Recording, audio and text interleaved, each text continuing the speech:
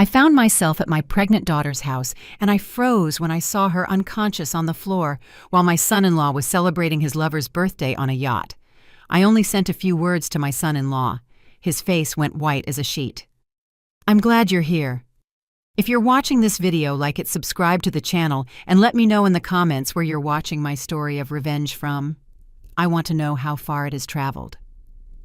I knelt on the floor, a rag in my hand, trying to clean an oil stain from the old linoleum. A pile of laundry sat on a chair, and the strong smell of detergent from a plastic bucket filled the small room. The phone rang, shattering the quiet.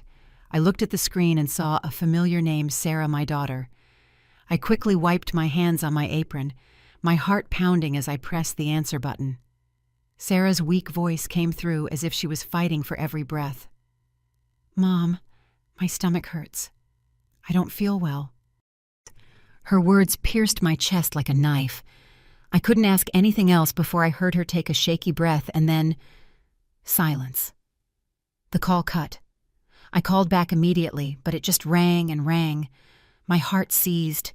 A cold chill ran down my spine. "Sarah!" I screamed into the empty house, even though I knew she couldn't hear me. 1,000 questions flooded my mind. Did she call a doctor? Was anyone with her? But there was no time to think.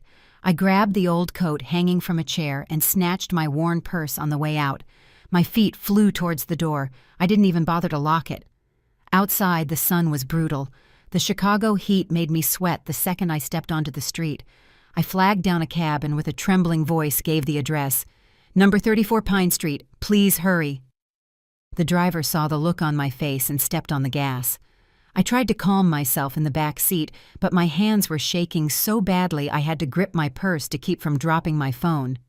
I sent a message to Ryan, my son-in-law. "Sarah is sick. Where are you?" There was no answer. I called him again and again. His phone went straight to voicemail. Out of service. I cursed under my breath, trying to keep my fear from turning into pure rage. "Ryan, you bastard! Where are you when my daughter needs you?" I stared out the window.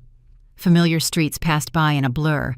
The food stand where Sarah and I used to sit, where she'd order tacos with a huge smile. The flower shop on the corner where she'd stop to look at the red carnations. Seeing it all now just twisted the knife deeper, reminding me that my daughter was in danger. The taxi screeched to a halt in front of Sarah's house. The front door was ajar, as if someone had left in a panic. I pushed it open, shouting, "Sarah, honey!" My voice echoed in the silent house. No one answered. I walked in, and what I saw made my blood run cold. The living room was dark, a single lamp casting a yellow glow on pieces of broken glass scattered across the floor. A red stain juice or wine I didn't know spread from the coffee table to the sofa. An armchair was knocked over, thrown to the side, and there in a corner was Sarah's phone lying on the floor, the screen still lit, as if it was trying to tell me something. I ran towards the far side of the room. My daughter was there, lying on her side, motionless, one hand on her pregnant belly. Her face was pale, her eyes closed. I knelt beside her and shook her, calling her name over and over. "Sarah, wake up, Mom's here." But she didn't react. With a trembling hand, I touched her forehead. It was covered in a cold sweat. I wanted to cry, to scream, but I knew I couldn't fall apart. Not now. I pulled out my cell phone, dialed 911, and with a hoarse voice, I told the operator, "Number 34 Pine Street. My daughter is unconscious. She's pregnant. Please come now." The minutes waiting for the ambulance felt like an eternity. I sat beside Sarah, stroking her hair and whispering, "Honey, just hang on. Mom is right here with you." I didn't know if she could hear me, but I had to keep talking, had to do something to keep from going insane. In the distance, I heard the wail of a siren, a ray of hope. I ran to open the door, screaming, "In here, hurry!" The medical team rushed in with a stretcher and an oxygen tank. They checked Sarah immediately, took her blood pressure, listened for the baby's heartbeat. One of them, in a serious, urgent voice, said to his partner, "Her water broke. She's critical." His words hit me like a hammer. I wanted to ask if my daughter would be okay, but they had already lifted her onto the stretcher and were running for the ambulance. I scrambled in after them, refusing to let go of my daughter's hand. The doors slammed shut. The siren blared, tearing through the air. Inside the ambulance, with Sarah's hand in mine, the whole world shrank to that tiny space. A young nurse, her hair in a ponytail, watched my daughter's heart rate on a monitor, her expression tense. "The baby's heart is still beating, but it's weak," she said to her partner, her voice serious and fast. The other medic, a tall man in gloves, carefully inserted an IV needle into her arm. I watched that needle pierce Sarah's fragile skin, and my own heart felt like it was being torn apart. She didn't move. Her face was ashen, her lips dry. I wanted to scream to ask why this was happening to my daughter, but all I could do was squeeze her hand tighter and whisper, "Hang on, Sarah, Mom is here." The nurse spoke into the radio, her voice nervous. "Obstetric emergency, premature membrane rupture, severe hemorrhaging. Prep the OR now." I listened without understanding, like they were speaking another language. Hemorrhaging rupture. My daughter was 8 months pregnant. She was supposed to be at home on the couch laughing with me about what to name my grandson, and now she was fighting for her life while I could only watch as strangers tried to save her. The ambulance braked suddenly at the hospital entrance. The doors flew open and the team ran, pushing the stretcher. I was right behind them, tripping over my own feet. I barely heard a doctor shout, "Emergency C-section!" The door to the emergency room appeared in front of me, but a nurse stopped me, putting a hand on my shoulder and saying softly but firmly, "Wait out here. We'll do everything we can." I wanted to push past her to go in with my daughter, but my legs wouldn't respond. The door swung shut, and I was left alone in the ice-cold hallway. I collapsed into a chair, burying my face in my hands. The sound of hurried footsteps, the voices of nurses, the beeping of machines behind the door.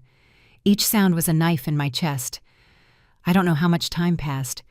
I just remember staring at that door, praying for it to open, and for someone to tell me Sarah was fine.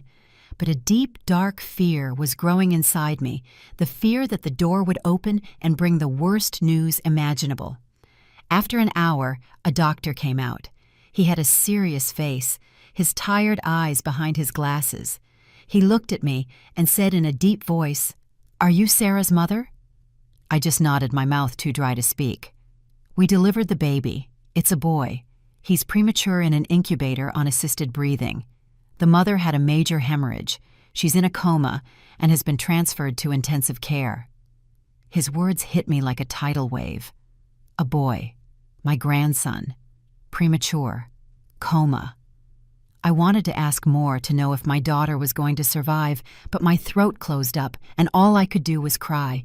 I got up stumbling and followed a nurse who led me to the neonatal intensive care unit.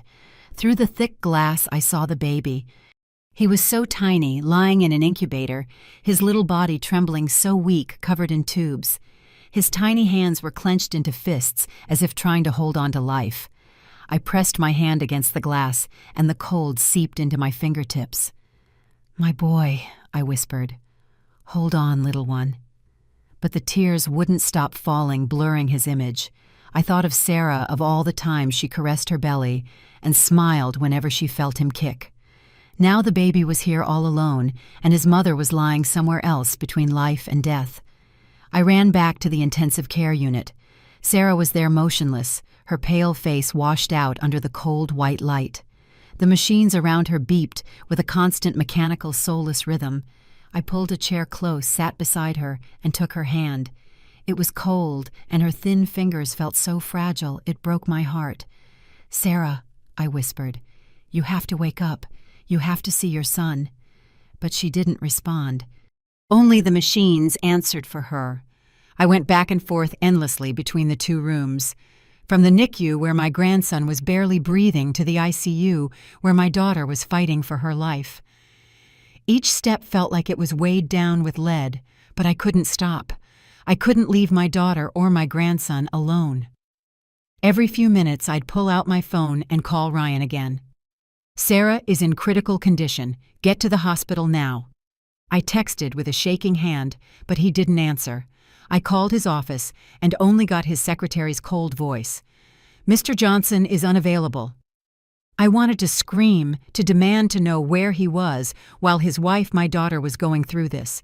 But I held it in because I knew anger was useless right now. Desperate, I returned to Sarah's side. I took her hand and murmured, "Honey, hang on. I can't lose you." A nurse passed by, stopped, and looked at me with compassion. "You need to sign the authorization for a broader medical intervention," she told me in a low voice, handing me some papers. I took out my ID and signed, though my hand was shaking so much that the signature came out crooked. I didn't even know what I was signing. I just knew I had to do whatever it took to save her. Sitting next to Sarah's bed, I heard familiar footsteps. I looked up and saw Michael, an old friend from my Army days, now a security guard at the hospital. He recognized me immediately and rushed over, his brown eyes full of concern. "Elena, what happened?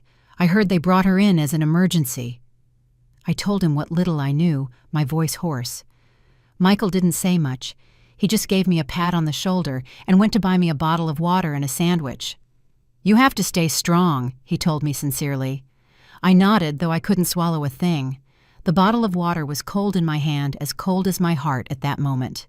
I sank into a chair in the hallway and looked at the clock. It was already midnight. The hospital hallway was silent. All you could hear was the hum of the air conditioning, and from time to time a voice over the intercom. In the distance, I heard some nurses talking about a party at the marina, about lit-up yachts and happy music. It was like hearing about another world won without pain or fear. But I was stuck here under the yellow hospital lights, waiting for a miracle. I jolted awake in the old plastic chair in the hospital hallway. My legs ached after hours of running between the intensive care unit and the neonatology room. My back was on fire, as if every bone was protesting from exhaustion. The yellow light from the ceiling cast a dim glow, making the hallway seem even colder. Around me there was only the sound of a few doctors' tired footsteps and the metallic voice from the speakers paging someone. I closed my eyes. I tried to breathe deeply, but the weight on my chest wouldn't go away. Sarah was still unconscious, my grandson was hooked up to a machine, and Ryan, my son-in-law, the one who should have been here, was gone. I clenched my fists, my nails digging into my palms, trying not to scream in the middle of the empty hall. Next to me, 3 young women were laughing on a bench. They were probably in their early 20s, wearing t-shirts and jeans, their hair up in ponytails. One of them exclaimed excitedly, "Oh my God, that's so romantic! He proposed on a yacht!" I glanced over, not meaning to pry, but the light from her cell phone caught my eye. They were watching a video with loud music and laughter in the background. I saw bright lights, champagne glasses being raised, and a man in a white suit kneeling down holding a glittering box. The camera zoomed in, and his face became clear. I felt my heart stop. It was Ryan. I blinked, thinking I was mistaken, but no. He was smiling radiantly, putting a ring on the finger of a woman in a red bikini, her long hair blowing in the wind. Behind them, fireworks exploded and people cheered. I put my hand to my chest, feeling like the air had been knocked out of me. Ryan, my son-in-law. The man I had welcomed into my family like a son, was proposing to another woman, while my daughter was in a coma and my grandson was fighting to breathe. I wanted to scream to break something, but I was frozen in place. The girl with the cell phone noticed me staring and looked up a little uncomfortable. Do you want to see?" she asked shyly. I nodded, unable to speak. I just whispered, "Can you play it for me again?" She replayed the video, and this time I saw it all more clearly. Ryan, with that same smile he always had when he was boasting about his work, kissing that woman's hand. She laughed happily, her eyes shining under the yacht's lights. The applause, the music. Every sound was like a blade twisting inside me. I clutched my chest. I couldn't breathe. Just then my cell phone vibrated. The message I had sent to Ryan was still unanswered. I called him, but his phone was still off. A nurse walked by, saw how pale I was, and stopped. "Are you okay? Do you want some water?" I forced a smile. I just shook my head. "I'm fine," I replied, my voice breaking. She watched me for a few more seconds and then continued on her way, leaving me alone with the storm raging inside me. I got up on trembling legs and went out to the hospital courtyard. The night air was cold, but it did nothing to soothe the pain that was tearing me apart. I took a deep breath, fighting not to collapse right there. The image of Ryan on the yacht kept replaying in my mind like a movie I couldn't turn off. He was laughing, enjoying a world of luxury while my daughter lay motionless, and my grandson was so fragile I was afraid to even touch him. I sat back down in the hospital hallway chair, my hands trembling, my heart as heavy as a stone. The intercom crackled somewhere calling for a doctor, but I couldn't process anything. I wanted to get up to do something to shake off this feeling of drowning, but my body felt glued to that cold plastic chair. Then, like a flash in the darkness, I remembered. Sarah's cell phone. When I found it lying on the floor, I had picked it up and shoved it in my purse in the middle of the panic. At that moment, I was only thinking about saving her, but now I had a feeling that phone held all the answers. I opened my purse, fumbling through loose papers and a handful of keys. There was Sarah's phone. The screen was cracked in a corner, but when I pressed the power button, it lit up. I let out a sigh of relief, but my heart twisted when I opened her messages. The first one I saw hit me like a punch to the gut. "Your husband is mine." Just 4 words, but they cut straight to the heart. The message had arrived seconds before Sarah collapsed.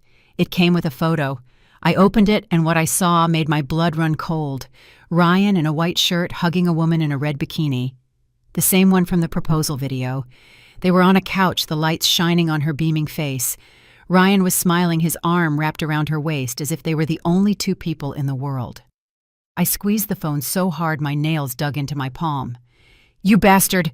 I muttered, my voice cracking with rage. This wasn't just a betrayal. This is what had pushed my daughter to the brink of death. I wanted to scream, to smash something, but I knew I had to stay calm. I needed to know exactly what had happened. With my hands still trembling, I opened the security camera app on Sarah's phone. She had installed it to keep an eye on the house when she was away, and I had helped her set it up. I entered the passcode and rewound the video to the moment the message arrived. The screen lit up, and I held my breath as I saw Sarah. She was on the couch, one hand on her belly, the other holding her phone. Her face was pale, her eyes wide as if she had just seen a ghost. I watched her make a call, then another, but no one answered. "Ryan, where are you?" she whispered, her voice broken. Then she stood up suddenly, walking quickly, but she stumbled on the armchair behind her. There was a dull thud. The glass on the table fell to the floor and shattered. Sarah fell hard, clutching her belly, her mouth open as if she wanted to scream but couldn't. She lay there motionless, and then the video feed went dark. I felt my heart stop. I rewound it again, watching it over and over, as if by just watching, I could somehow change what had happened. But the truth was right there, cruel and undeniable. That message, that photo had sent my daughter into a panic. That shock had made her fall, pushing her and my grandson to the very edge between life and death. I clutched my chest, tears streaming down my face, but I bit my lip to keep from sobbing out loud. Not now. I had to be strong. I saved the video to my memory card and carefully tucked it into my coat pocket. Then I took a screenshot of the message and the photo of Ryan with his lover. Every action felt like a hammer blow to my chest, but I knew this was evidence, the key to understanding what happened and making sure Ryan didn't get away with it. I stayed in the chair in the hallway, still holding Sarah's phone, as if it was the only thing keeping me from falling apart. Just then my phone vibrated. It was Eugene, an old friend from my army days. He was calling to see how I was, his deep, warm voice, just as I remembered it. "Elena, I heard about Sarah. Are you okay?" I took a deep breath, trying to keep my voice from shaking. "I'm not okay, Eugene, but I need to see you. Can we meet tomorrow?" He agreed immediately, no questions asked. I hung up, feeling a slight sense of relief, knowing I wasn't completely alone. But my mind was still spinning. I started putting the pieces together. Ryan had abandoned Sarah in the final days of her pregnancy, right when she needed him most. He had lied to her about a business trip to Chicago, but he was actually throwing a lavish birthday party for his lover. And that message, "Your husband is mine," was the final blow that pushed my daughter over the edge. I looked down the hallway where the faint yellow light cast long shadows on the cold white walls.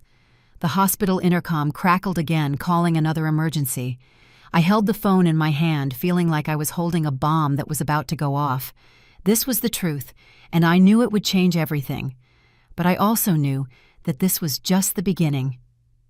At dawn, as the first rays of sunlight filtered through the hospital blinds, I took advantage of the nurse's shift change to leave the icy hallway. I approached Sarah's bed. I looked at her still motionless, her face pale under the white light. I took her hand and whispered, "Mom will be back soon, Sarah. You and the baby be strong." Then I turned to Dr. Morales, who had been taking care of my daughter with such dedication since the previous night. "Please watch over my daughter and my grandson," I said, my voice hoarse from exhaustion. He nodded, his eyes full of empathy. "Don't worry, I'll be here." I gave him a small nod back, feeling like I was leaving a piece of my heart in that intensive care room. I took a taxi to Sarah's house. My hands were trembling as I put the spare key in the lock. When I opened the door, the smell of disinfectant from the night before still lingered in the air, a grim reminder of the moment I found my daughter lying on the floor. The house was now too quiet, almost suffocating. The furniture was still in disarray. A chair toppled on its side, pieces of broken glass on the floor, a stain of red juice spread out like blood. I took a deep breath, forcing myself to be strong. I wasn't here just to clean up. I was here to find answers, to follow the trail of Ryan, the man who had driven my daughter to the brink of death. I started in the living room, picking up the pieces of glass, straightening the furniture, but my eyes were scanning every corner. I knew Ryan. He always left a trail, like an arrogant man who believes he'll never be caught. I went into Sarah's room, where she once dreamed of having a happy family. On the small desk, I saw an envelope sticking out from under some papers. I knelt down, pulled it out, and felt my heart pound as I opened it. Inside were several documents, plane tickets from our city to Chicago business class in Ryan's name, an invoice from a 5-star hotel in Chicago paid for by Sarah Johnson, my daughter, and a receipt that left me frozen. A Rolex watch valued at nearly $20,000, purchased just 3 days earlier, also in my daughter's name. I laid everything out on the bed, my hands shaking as I looked at the figures. Ryan had been using Sarah's money, which she had saved from her hard work as a graphic designer, to fund his lavish double life. I photographed each document with my cell phone, taking extreme care, as if missing a single detail meant losing the chance for justice. I opened the nightstand drawer, hoping to find more evidence. I found several receipts for cash withdrawals for amounts so large they took my breath away. They had all been withdrawn the very day Sarah was hospitalized. I collapsed onto the bed, holding my head in my hands, feeling like the world was caving in. "Ryan," I murmured, "what did you do to my daughter?" I got up and kept searching like an old soldier, tracking an enemy. In the kitchen on the table, I saw a shopping bag from a luxury fashion store. I opened it. Inside was an empty box with a receipt in the name of Ryan Johnson, a designer dress over $5,000. It certainly wasn't for Sarah. I imagined him giving it to the woman in the red bikini, and a fire of rage lit up inside me. I put everything in a brown folder, zipping it shut carefully, as if to make sure the evidence couldn't escape. Just then my phone vibrated. Ryan's name flashed on the screen. I stared at it, my heart racing, but I didn't answer. It rang several more times, then stopped. I knew he was trying to reach me, but I didn't want to hear his voice. I didn't want to hear his lies. I needed time to sort through everything, to turn this evidence into weapons. I left the house, sealing the door with old military-grade tape and signing my name across it. If Ryan came back, he wouldn't be able to get anything without me knowing. On my way out, I passed by Mrs. Gable's house, Sarah's neighbor. She, an older woman with gray hair, was on her porch watering some plants. When she saw me, she looked up concerned. "Elena, how is Sarah?" I told her briefly, my voice hoarse. Mrs. Gable nodded and murmured, "I've seen Ryan leaving with a suitcase a couple of times lately. I thought he was just going on trips, but this last time he left in such a hurry and didn't come back." Her words fit like another piece of the puzzle. I nodded and thanked her, but inside the rage burned even hotter. Not only had he abandoned Sarah, he had also taken his son. Who knows where, as if he had the right to act in secret. I took a taxi home to the little house on the outskirts of the city where I've lived for over 30 years. I powered up my old military-issue laptop, the one I used to manage files back in the service. The screen took a long time to boot up, but I didn't care. I transferred all the photos from my phone to the computer. I organized each receipt, each check into a separate folder. Every time I looked at them, I saw the image of Sarah lying on the floor, her hand on her belly, and my tiny grandson in that incubator. I gritted my teeth to keep from crying. "You're not getting away with this, Ryan," I murmured, as if he could hear me. That afternoon, the intense sun streamed through the window, forcing me to squint as I left the hospital. I stopped for a moment, taking a deep breath to calm myself. The brown folder felt heavy in my hand, as if it contained all my fury and determination. I knew I couldn't wait any longer. Ryan had gone too far, and I had to act. I took out my phone and dialed Eugene Ortega's number, an old Army friend, now a senior officer at the Military Credit Union. "Eugene, I need to see you now," I said, my voice firm, even though my heart was pounding. He answered right away, his voice deep and warm. "Elena, come to my office. I'll be here all day." I nodded, even though he couldn't see me, and took a taxi straight to the bank. Eugene's office was on the third floor, small but tidy, with an old photo hanging on the wall, us in our uniforms smiling alongside our comrades. Eugene stood up to shake my hand, his eyes full of concern when he saw my face. "Sit down, Elena. What's so serious?" I placed the folder on his desk, unzipped it, and laid out the invoices, plane tickets, and receipts one by one. "Ryan," I said, my voice breaking, "has been using Sarah's money to live a double life while she's lying in a coma." Eugene put on his glasses, examined each paper, and his brow furrowed. He shook his head, his voice grim. "He used the girl's account like it was his own personal wallet. This isn't just a betrayal, Elena. This is theft." I took out the financial power of attorney that Sarah had signed for me a few years ago when I had to go on a long mission at the border. "Is this still valid?" I asked. Eugene reviewed it and nodded. "It's still valid. With this, you have total control over Sarah's accounts." I let out a sigh as if I had just found a glimmer of hope. "Please, Eugene," I said, almost begging. "Block all of my daughter's accounts. Don't let him take another single dollar." Eugene agreed without hesitation. He sat down at his computer and quickly typed a series of commands. "Done," he said after a few minutes. "All of Sarah's accounts are frozen. All linked cards have been canceled. I also put an alert on them. If anyone tries to withdraw money, you'll get an immediate notification." I took his hand, thanking him with a look, but inside I knew the fight was just beginning. As I left his office, my phone started vibrating nonstop. Ryan's name flashed on the screen. I stared at it. My heart pounded, but I didn't answer. His voice came through in a furious voicemail. "What the hell did you do to the account? Where's the money?" I hung up. I didn't want to hear any more, but he didn't stop. Messages came one after another like a downpour. "You don't think you can just do whatever you want? Open the account now. I have an urgent payment to make."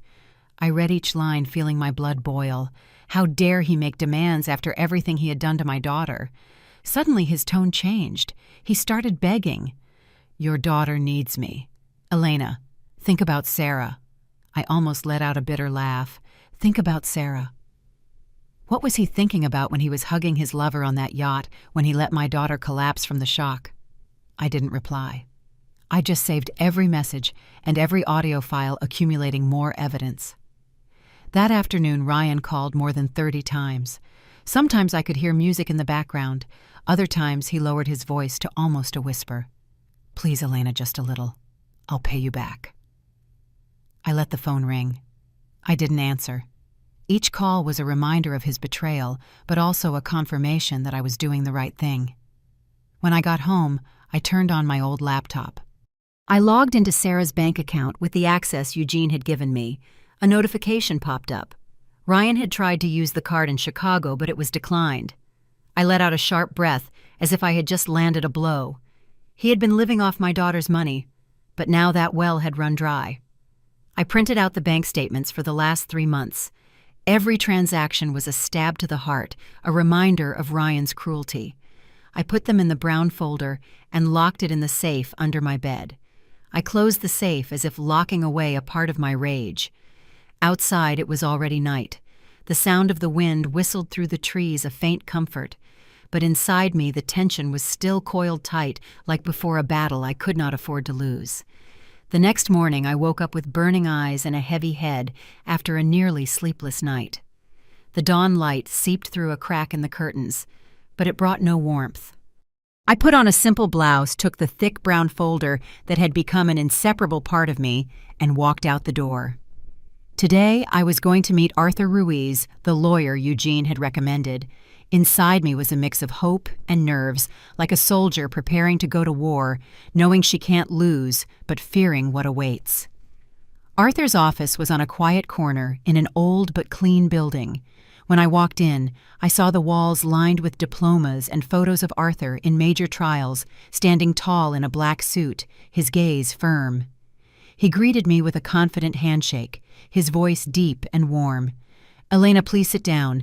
Eugene told me a little. What do you have for me?" I placed the folder on the table, unzipped it, and took out every paper, every photo I had so carefully gathered.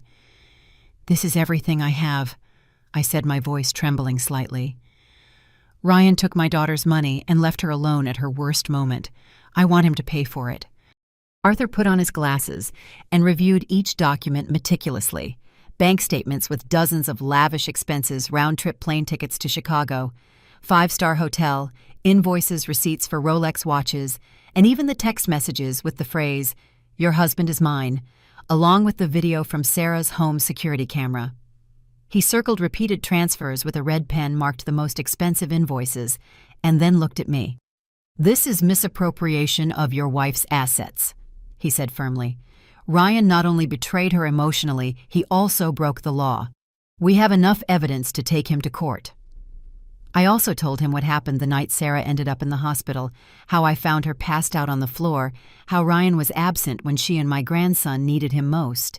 "He was on a yacht proposing to another woman," I said, my voice cracking, biting my lip to hold back tears. Arthur wrote quickly with the speed of someone used to tense cases. He asked for a copy of the security camera video. I took a USB drive from my purse and plugged it into his computer. "This is the moment she falls," I said in a hushed voice, remembering the image of Sarah clutching her stomach, terrified. Arthur watched the video with a furrowed brow, but said nothing, only nodding. Then he called his secretary, a young woman with her hair in a ponytail, and said, "Print 3 copies of all of this, 1 for the court file, 1 for our internal records, and 1 more for Mrs. Johnson." She nodded and took the papers. I watched Arthur organize the documents, feeling a part of the weight on my chest lighten. "Elena," he said, looking me straight in the eye, "this case is strong enough to go to trial. I'm going to request a restraining order right from the start so Ryan can't get near Sarah or the baby. He won't have any way to defend himself." I nodded, feeling like I had finally found a true ally. "Thank you, Arthur," I replied in a low but sincere voice. "All I want is to protect my daughter." He handed me a legal power of attorney document explaining that it would allow him to represent me and Sarah. I signed it, my hand trembling, the signature a bit crooked, but I felt a strange certainty. For the first time in days, I felt like I was doing something, not just waiting helplessly in a hospital hallway. Arthur stood up and gave me a pat on the shoulder. "You are very strong, Elena," he said. "I will do everything in my power to see that Sarah gets justice." I gave him a faint smile, but inside I knew this battle wouldn't be easy. Just as I left the office, my phone vibrated. It was a call from the hospital. I answered, my heart pounding. Dr. Morales' voice came through on the other end, soft but full of hope. "Mrs. Johnson, Sarah has shown signs of waking up. Her hand moved." I stood there, paralyzed, tears streaming down my face. My girl is waking up," I asked, my voice trembling. "Not completely yet," he replied, "but it's a very good sign. Come right away." I nodded, even though he couldn't see me, and hung up. I clutched the folder of documents tightly, feeling like I had just received a new surge of strength. Sarah was fighting, and I had to fight too. I took a taxi back to the hospital, my heart on fire. On the way, my phone vibrated again and again. Ryan's name flashed on the screen, one call after another.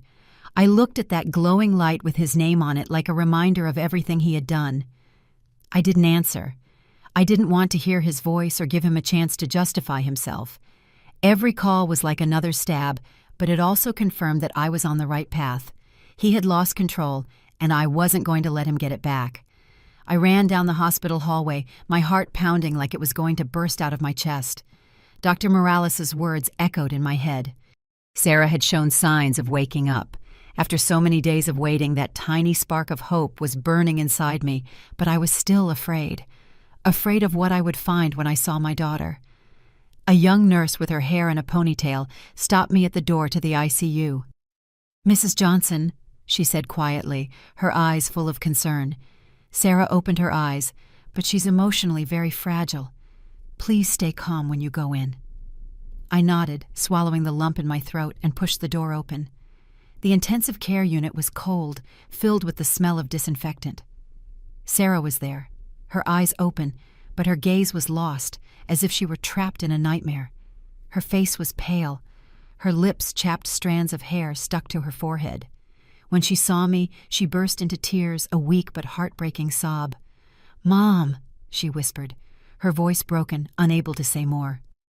I dragged a chair to her side and took her icy hand, feeling my own heart shrink. "I'm here, Sarah," I murmured softly. "You're safe now, honey."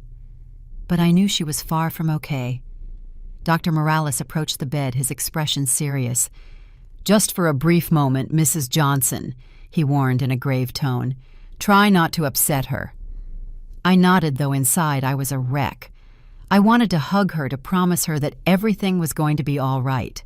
But how could I say that when Ryan had shattered her heart? Sarah looked at me with red-rimmed eyes and murmured, "Mom, and Leo, where's Leo?"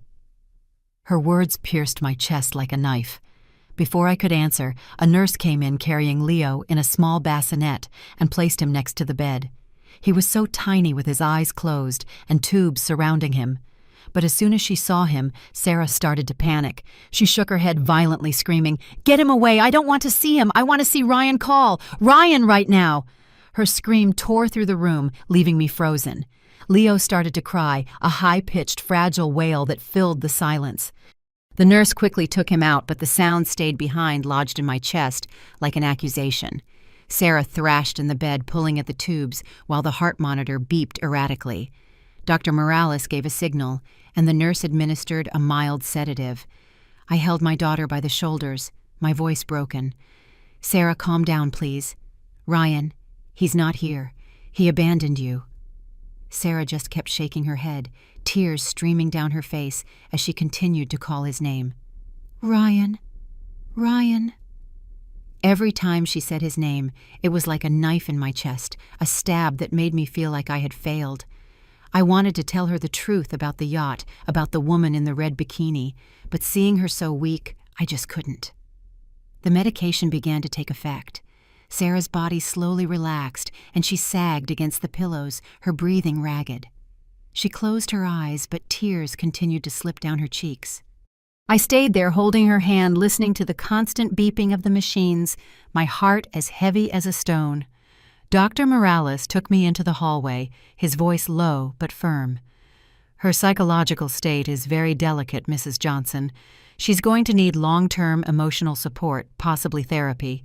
This shock isn't just from the premature birth, but also from whatever happened before." I nodded, though my head was spinning. I knew that the message, "Your husband is mine," had sent my daughter into a panic. But how could I tell her that the man she loved had betrayed her? How could I let her face that truth when she didn't even have the strength to sit up? I went out into the hall and collapsed into one of those all-too-familiar plastic chairs. My cell phone vibrated. Ryan's name appeared on the screen. I looked at it, and rage ignited inside me like a fire. He had left a voicemail, his tone harsh. "If you don't open the account again, you're going to regret it. I'm not playing Elena." I didn't listen to the whole thing. I saved it and put the phone back in my purse. His threats didn't scare me. They only strengthened my resolve. Did he really think he could intimidate me? Did he think I would let him continue to destroy my daughter? Never. I looked back towards the recovery room where Sarah was sinking into her pain. I remembered when she was a little girl running after me in the yard, laughing, calling me Mommy in her clear little voice. I had promised to protect her, to give her a better life than I had. But seeing her there crying out for a man who didn't deserve her made me feel defeated. My own tears fell. I didn't wipe them away. I let them run, a reminder that I was still fighting. I stood up. I took a deep breath, searching for calm, My mind was clear. I would not let Ryan ruin my daughter's life any more than he already had. He had already stolen too much, her happiness, her money, and the peace she deserved. At dawn, I stood in front of the mirror, adjusting the simple black suit I had worn for the most important moments of my life. Today, it wasn't just clothing. It was armor for the battle ahead for my daughter. I took the brown folder, heavy with the evidence I had gathered day after day, and left the house with my lawyer, Arthur. The sky over the city was gray, covered with clouds, as if awaiting a verdict. In the taxi, clutching the folder, my nervousness was mixed with determination. Today, Ryan would have to face the truth. When we arrived at the courthouse, the hallway was already crowded. Reporters with their cameras, curious onlookers murmuring, and some of Sarah's friends, young women she had worked with, had come to support her. One of them, Anna, ran to take my hand. "Mrs. Johnson, we believe in you," she said, her eyes red. I smiled faintly, moved by her kindness, but inside I had only one thought.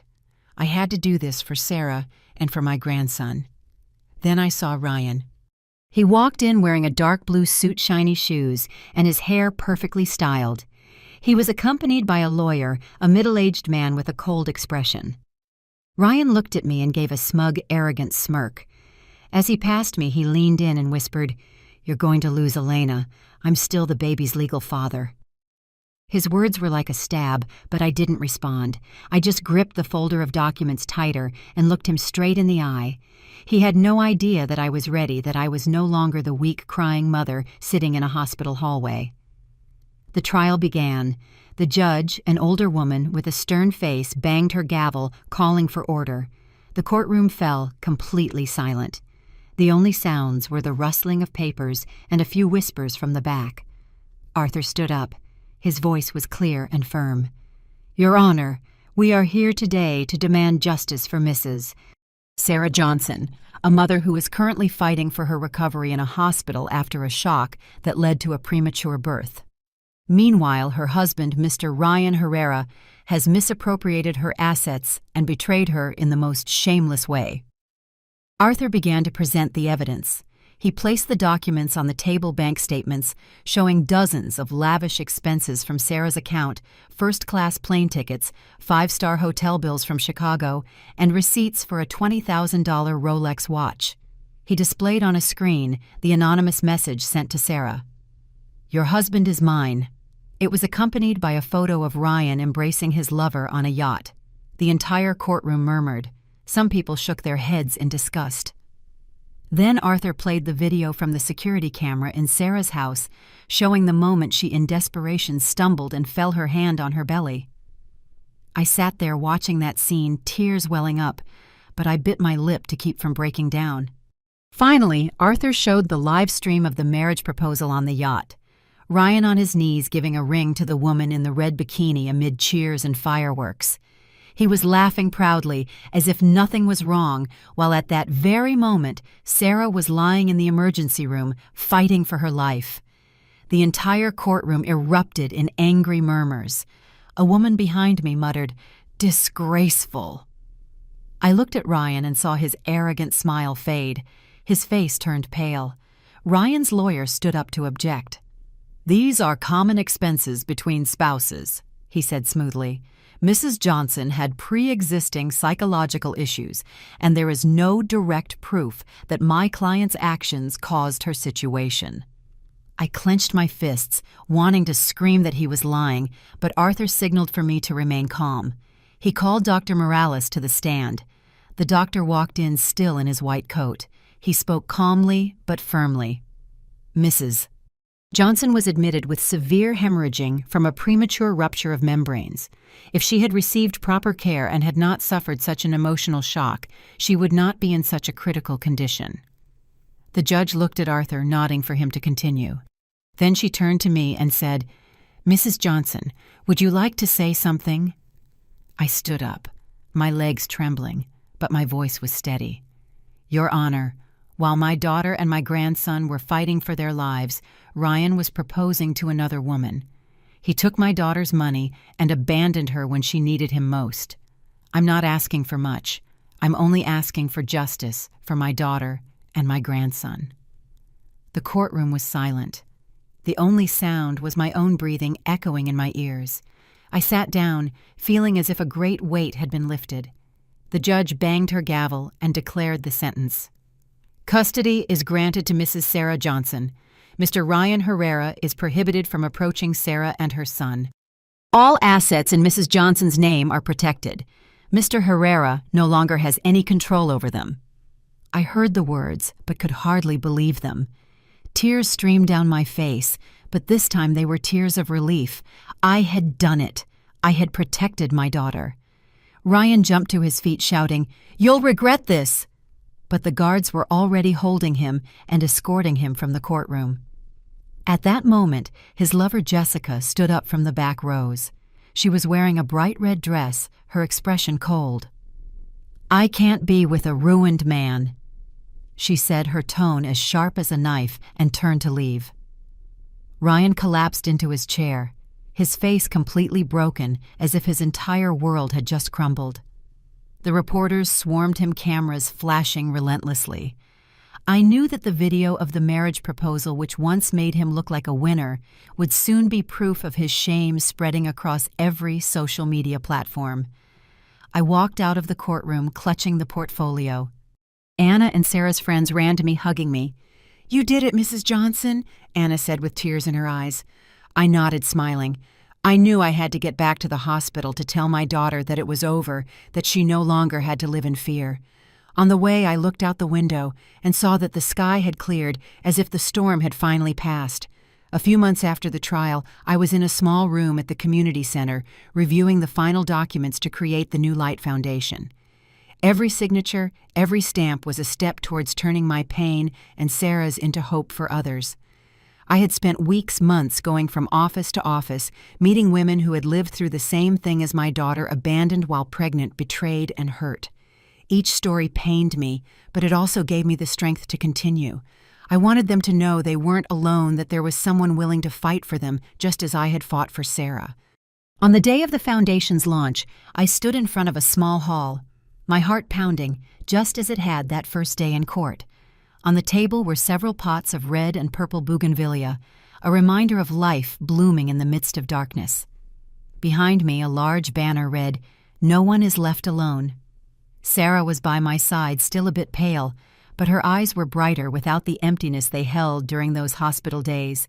She wore a light blue dress, her hair pulled back, and in her hands she held a stack of papers with her own story ready to share it. The room slowly filled up. Young women, some with babies in their arms, others alone, sat down quietly. There were also some older women with warm smiles nodding at us. I began, my voice trembling. "I'm Elena, Sarah's mom. We're here because we once lost everything, but we managed to get back up. The New Light Foundation was created so that no one has to walk through the darkness alone." I briefly told my story, those crazy days between the hospital and the courthouse, how I fought to protect my daughter. With every word, I felt myself letting go of a little more of the weight, but also igniting a spark of light in those who were listening. Then it was Sarah's turn. She went up, her hands shaking as she held the paper. "I thought I would never get over it." She began, her voice low but firm. "I lost the person I loved. I lost my trust. And I almost lost my son, too." She paused, took a deep breath, tears glistening in her eyes. "When I was in the hospital, all I wanted was to die. But my mom..." Sarah looked at me, her voice breaking. "My mom didn't abandon me. She fought for me, and now I want to fight for others." The room was silent. You could only hear the soft sobs of a few people. A young woman holding a sleeping baby wiped her tears silently, looking at Sarah with compassion. I was holding Leo in my arms. The boy was stronger now, his bright eyes looking all around. He babbled a few words, making some in the room chuckle. I looked at Sarah's son and felt a warmth in my chest. This child was the reason I never gave up, and now he was the symbol of our survival. After the ceremony, several women came up to shake Sarah's hand. A girl, maybe just over 20, told her in a low voice, "Your story gives me hope. My husband also left me when I was pregnant. I didn't think I could go on." Sarah hugged her, and again tears flowed, but this time they were tears of empathy and connection. The local media came to cover the story. Some reporters jotted down notes quickly, others took pictures of me and Sarah in front of the banner. An older man who introduced himself as a benefactor came to shake my hand. "I want to support your foundation," he said with a sincere voice. "What you and your daughter are doing is very important." I nodded and thanked him, though in my mind I was only thinking of Sarah. For the first time after so many months of darkness, I saw her truly smile, the smile I thought was lost forever. In the afternoon, we returned to the little house by the water that I had rented for Sarah after she left the hospital. We sat on the porch as the sun set, painting the water a fiery orange. The waves lapped the shore with a gentle rhythm, like a lullaby. Sarah was holding Leo, and the boy wiggled laughing when she kissed his forehead. I sat next to her, put a hand on her shoulder, and felt the warmth of her body. "Mom," Sarah said, her voice low but firm. I thought I would never get over it, but today, speaking in front of everyone, I felt like I can start over. I looked at her, tears welling up in my eyes, but I smiled. "You're stronger than you think, Sarah," I replied, "and I'll always be here whenever you need me." Leo babbled, "Grandma," and reached out his little hand to touch my face. I let out a laugh as tears streamed down my cheeks, but they were tears of happiness. I hugged him, feeling his tiny breath, and thought about everything we had been through. The desperate days in the hospital, the tense hours in the courtroom, the nights I cried alone, wondering if I had done the right thing. "We survived the storm," I whispered, looking at the glowing horizon. "Now a new dawn begins." Sarah rested her head on my shoulder in silence, but I could feel the peace in her. We stayed there 3 generations looking forward. The water continued to lap the shore, and I knew that although the road ahead would still be long, we would never walk it alone again. The story we've told is fictional, but it's based on some real events. The names and places have been changed to protect the identities of those involved. We don't tell this to judge, but in the hope that someone will listen and stop to think. How many mothers are suffering in silence inside their own homes? I'm truly curious. If it were you in my place, what would you do? Would you choose to stay silent to keep the peace? Or would you dare to face it all to reclaim your voice? I want to know what you think, because every story is a candle that can light the way for someone else. I firmly believe that courage leads to better days. Meanwhile, on the end screen, I'm leaving you 2 of the channel's most beloved stories. I promise they will surprise you. Thank you for staying until the end.